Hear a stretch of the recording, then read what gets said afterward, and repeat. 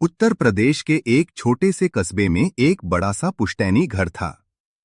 उस घर में रहती थीं सास शांति देवी, उनके दो बेटे, बड़ी बहू सरिता जेठानी और छोटी बहू कविता देवरानी। घर में एक चंचल और समझदार छोटी ननद रिया भी थी, जो कॉलेज में पढ़ती थी। सरिता स्वभाव से तेज, अनुशासन पसंद और थोड़ी सख्त थी। कविता भोली, शांत और सबको खुश रखने वाली। शुरू में सब ठीक था, लेकिन धीरे धीरे घर में खींचतान शुरू हो गई। शांति देवी अक्सर अनजाने में तुलना कर देती। सरिता, तुम जैसी सफाई कोई नहीं कर सकता। कविता, तुम्हारी चाय में वो स्वाद नहीं आता जो बड़ी बहू की चाय में है। ये शब्द भले ही साधारण थे, लेकिन दिलों में चुभ जाते। कविता मुस्कुरा देती, पर अंदर से टूट जाती। कविता को लगता, मैंने इतने साल घर संभाला, अब कोई मेरी जगह लेना चाहता है। छोटी ननद रिया सब चुपचाप देखती रहती। एक दिन घर के मंदिर से पुरानी सोने की चूड़ियां गायब हो गईं। वो चूड़ियां शांति देवी की सास की निशानी थीं। पूरा घर हिल गया। शांति देवी का चेहरा सख्त हो गया। ये घर की बात है, बाहर नहीं जानी चाहिए। धीरे धीरे शक की सुई कविता की ओर मुड़ गई, क्योंकि उसी दिन वो मंदिर में साफ सफाई कर रही थी। सरिता ने सीधे तो कुछ नहीं कहा, लेकिन इशारों में बोली, कुछ लोग जल्दी अमीर बनने के सपने देखते हैं। कविता का दिल कांप गया। दीदी, आप मुझे चोर समझती हैं? सरिता चुप रही, पर उसकी चुप्पी ही जवाब थी। अब घर में सन्नाटा रहने लगा। दोनों बहुएं एक दूसरे से कम बात करतीं। शांति देवी भी अंदर ही अंदर परेशान थीं, पर उन्हें सच पता नहीं था। रिया ने एक दिन कविता को रोते हुए देखा।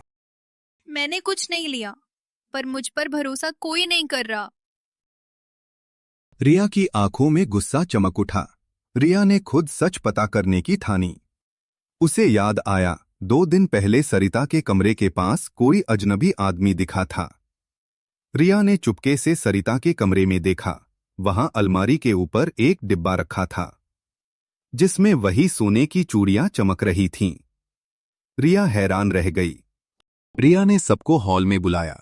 शांति देवी चिंतित थीं। रिया ने डिब्बा सामने रख दिया। सबकी नजरें सरिता पर टिक गईं। सरिता घबरा गई। ये मेरे कमरे में कैसे आया? रिया बोली, क्योंकि आपने ही रखा था। पूरा घर सन्न रह गया। सरिता रो पड़ी।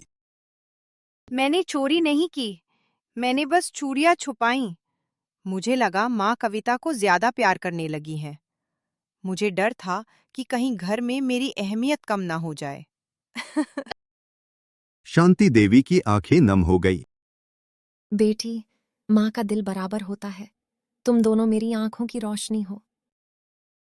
दीदी, अगर आपको लगा कि मैं आपकी जगह लेना चाहती हूँ, तो ये मेरी हार है। मैं तो बस इस घर का हिस्सा बनना चाहती थी।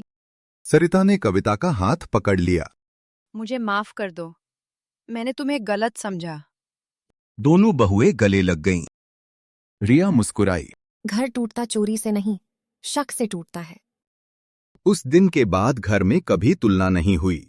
शांति देवी ने दोनों बहुओं को गले लगाकर कहा, मेरे घर की असली दौलत तुम दोनों हो। कुछ महीनों बाद घर में त्योहार था। दोनों बहुएं मिलकर मिठाई बना रही थीं। रिया हंस रही थी। शांति देवी संतोष से सब देख रही थीं। अब उस घर में कोई सस्पेंस नहीं था, क्योंकि सच सामने आ चुका था। अंतिम संदेश। जहां भरोसा होता है, वहां रिश्ते मजबूत होते हैं, और जहां शक होता है, वहां प्यार भी कमजोर पड़ जाता है। इसलिए अपने परिवार को शक नहीं, समझ दीजिए।